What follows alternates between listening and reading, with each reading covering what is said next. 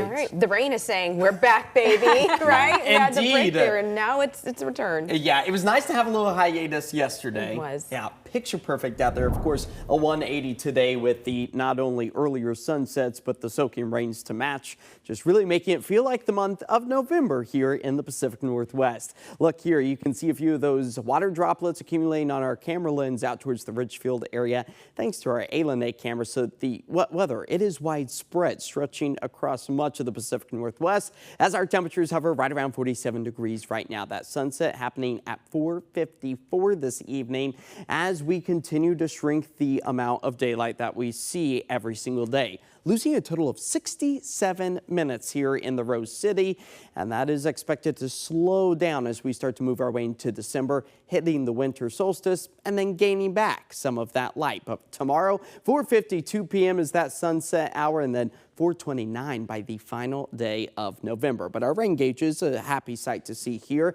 as we enter into the second wettest month of the year, averaging just at about 1/4 of an inch or so for the I-5 corridor so far. You'll notice that the moisture, it's still widespread, stretching anywhere from the coast to the high terrain of the Cascades and picking up on some snow flurries up over the high terrain of the south central Cascades of Washington. But overall, the wet weather, that's going to be taking us through the rest of this evening. You'll notice, though, our temperatures really kind of stabilizing right around 47 degrees as we approach the midnight hour. But overall, it's a brand new month. That means some brand new weather normals. 54 degrees, that brand new average high, 41 for the overnight low. And as I mentioned, the second wettest month of the year, just behind December, with an average of nearly 5.5 inches of rain. And we've got the storm systems in line to do just that. As one clears, another one strengthens and performs quite well for us as we move our way into Tuesday, not only helping to warm up our temperatures, but also increase our wind speeds and increase that rain potential, especially after about 2 o'clock in the afternoon.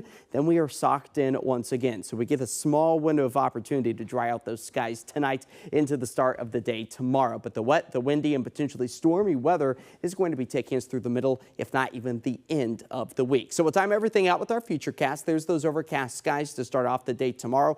Really expected to be on the dry side. It's once we roll into about 2, 3 o'clock in the afternoon, we start to see that next branch of moisture track its way from the south to the north. Again, gusty winds, a very real possibility, anywhere from about 20 to almost 30 miles per hour, a possibility. Moving into Wednesday morning, still holding on to the wet weather, but you'll notice some of these isolated thunderstorms could do just that. Give us a bolt of lightning or a rumble of thunder as area rain gauges over the next 48 hours fill up close to about 3/4 of an inch. What is it doing to our snow elevation levels? Well, with a warming trend, it's actually going to be sending us back up to about the 7,000 foot layer for Tuesday into Wednesday before it falls back down to about 5,000 feet for Thursday into Friday. But this is going to be a big, impactful storm for the coastline, not only with the king tides arriving by the middle of the week, but also seeing the potential for those soaking rains and the unpredictable sea to increase that coastal flooding location. So that's why an advisory is currently in place. So staying off the rocks, the jetties, and the logs, that's all going to be a must as we move our way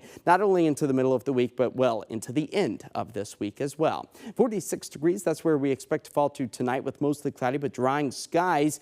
For your election day planner, if you still got to drop off your ballot, that's where we expect to hold on to the cloudy but dry skies until after lunchtime, 3 o'clock. That's when the wet weather starts to ramp back up again. As those winds, they will be strong out of the east, nearing 20 to 25, if not even closer to 30 miles per hour. 7-day forecast shows that a thunderstorm potential creeps its way back into our area Wednesday. Thursday, temperatures sitting where they should be for this time of year, but look at that. Saturday and Sunday, a bit of a change for us. A weekend that's expected to be dry and mild. I like your timing on that, Josh. I do too. All right. I couldn't provide for October, but November, we're going to change things around. All right, Nice. thank you. Yeah. We'll be right back with your Political Minute. Keep it here.